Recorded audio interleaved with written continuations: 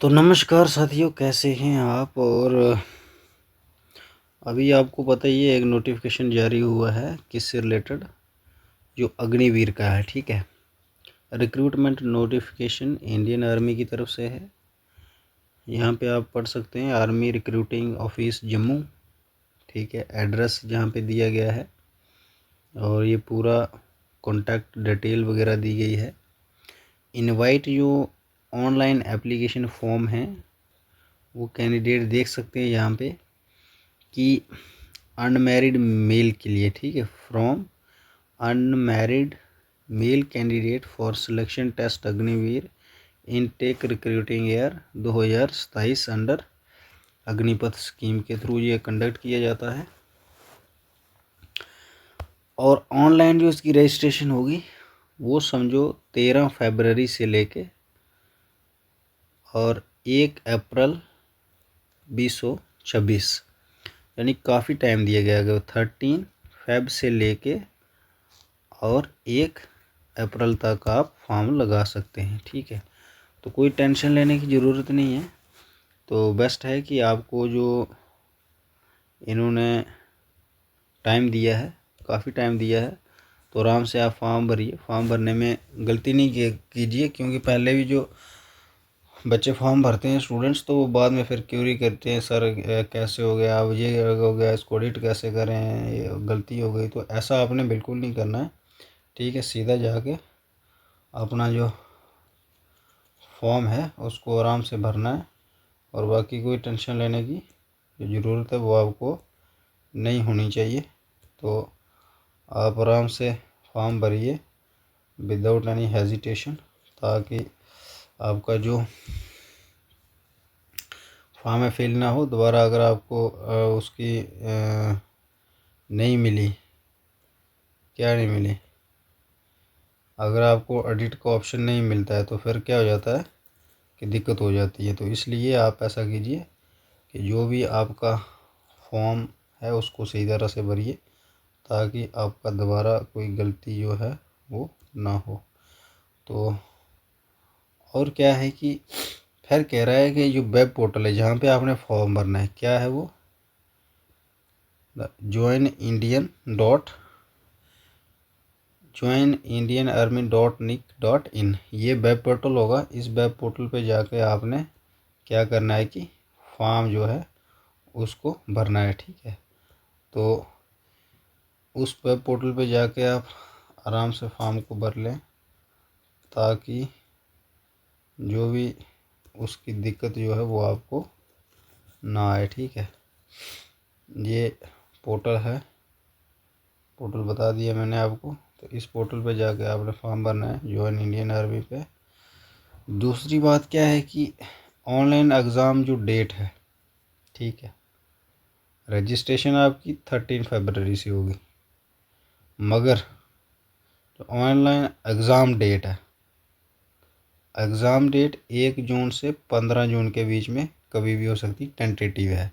ठीक है, चेंज भी हो सकती है, लेकिन इन्होंने एडवांस कैलेंडर जो है वो जारी कर दिया है कि आपकी जो इसका होगा जो भी, तो वो क्या हो सकता है कि पहले ऐसा हो सकता है कि एग्ज़ाम इस डेट को हो जाए, अदरवाइज़ क्या हो सकता है कि आगे पीछे भी हो सकता है। मगर आपको क्या करना है कि इस डेट की तैयारी जो है वो आपने रखनी है। और इसके लिए जो सिलेबस वगैरह होगा, हम जल्दी इंडियन अग्निवीर का कोर्स है उसको हम लॉन्च करने वाले हैं, और धमाकेदार आपको पढ़ाया जाएगा, टेंशन लेने की ज़रूरत नहीं है। हमारे यूट्यूब चैनल को आप सब्सक्राइब कर दीजिए, और आपको जो इस पे पढ़ाई है वो आपको मस्त तरीके से स्टडी जो है वो करवा दी जाएगी यहाँ पे। तो ये है, तो यहाँ पे जाके आपने करना है। दूसरा क्या है कि 15 जून तक होगा, समझो आपके पास 5-6 महीने हैं। ठीक है, 5 महीने हैं आपके पास। Firm date for online exam will be announce later, जो एग्ज़ाम की डेट होगी इस डेट के बीच में हो सकता है। ठीक है, ऑनलाइन जो एग्ज़ाम डेट होगी, मगर आपको बाद में जो है बता दिया जाएगा। प्लीज़ चेक करें आप फॉर द सेम। इस टाइम के बीच में आप क्या करें, ज्वाइन इंडियन आर्मी से नोटिफिकेशन तो आ ही जाता है, पता ही है आपको, मगर आप क्या कर सकते हैं कि उसको चेक करते रहना है अपने साइड पे जो आपने क्या फॉर्म भरा होता है, ठीक है। तो ये है। उसके बाद क्या कह रहा है, उसके बाद है इनका कि जो भी एप्लीकेशन इनवाइट किए गए फॉर्म है, डोमिसाइल डिस्ट्रिक्ट किश्तवाड़, डोडा, रामबन, उधमपुर, रियासी, पुंछ, राजौरी, सांबा, कठुआ, इन लोगों के पास क्या है, यानी डोमिसाइल वाला डिस्ट्रिक्ट है, तो इनके लिए अलग से क्या होगा, कुछ ना कुछ जो है शूट होगी, ठीक है। उसको भी देख लेते हैं क्या दिया है। Selection Indian army is fair transparent, merit only, stage bribe, जो भी है भाई, ब्राइब जो रिश्वत वगैरह नहीं चलती है, तो उसके रिलेटेड दिया गया है। तो कोई भी ऐसा वैसा सिस्टम पता ही है, वो फौज में तो होता नहीं है, और बाकी भी ऐसे एलिगेशन लगते हैं, मगर इसमें ऐसा है नहीं। और दूसरा क्या है, एनी चेंज इन पॉलिसी, अगर पॉलिसी में कोई डिटेट होता है पब्लिश किया जाएगा, notification will be intimated on registered mail, जो आपकी मेल है, ठीक है। जैसे कोई भी अगर हम बोलते हैं saurabh.mail.com ना, तो उस पर आपको क्या मिल जाएगा, इसका पूरा बायोडाटा मिल जाता है। तो उस पर भी आपको घबराने की लोड जो है वो नहीं होना चाहिए, ताकि आपको पूरा पूरा जो डाटा है वो वहाँ पे आपको मिल जाएगा, ठीक है। तो इस वजह से कि अगर कोई भी चेंज होता है इनकी नोटिफिकेशन में, इनके एग्ज़ाम डेट में या किसी किस्म का, तो आपको क्या करना है कि वो आपका मेल पे आपको भेज दिया जाएगा, ठीक है। फिर कह रहा है रजिस्टर मोबाइल नंबर जो भी आपने देना है वो सोच समझ के देना है, ताकि कल की जो मिस्टेक है वो ना हो। अच्छा, फिर है जनी, हम देख सकते हैं आगे क्या है इनका, इतना हो गया। अब एलिजिबिलिटी क्राइटेरिया क्या है, ये सबसे इम्पोर्टेंट चीज़ रहती है कि एलिजिबिलिटी क्या है। सिलेक्शन जो होगी वो कैरी आउट की जाएगी कैटेगरी क्वालिटेटिव रिक्रूटमेंट।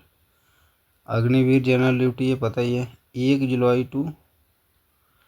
2005 टू 1 जुलाई 2009 तक जो है 163 हाइट चाहिए इनकी, यानी 1 जुलाई 2005 से टू 1 जुलाई 2009 तक की जो बॉर्न बच्चे हैं, जो डेट ऑफ बर्थ इनके बीच में आती है, वो ये फॉर्म फिल कर सकते हैं और भर सकते हैं।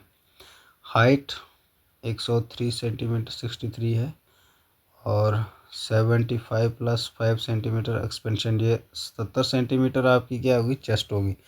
5 सेंटीमीटर आपको एक्सपेंशन बनी फुलानी है छाती।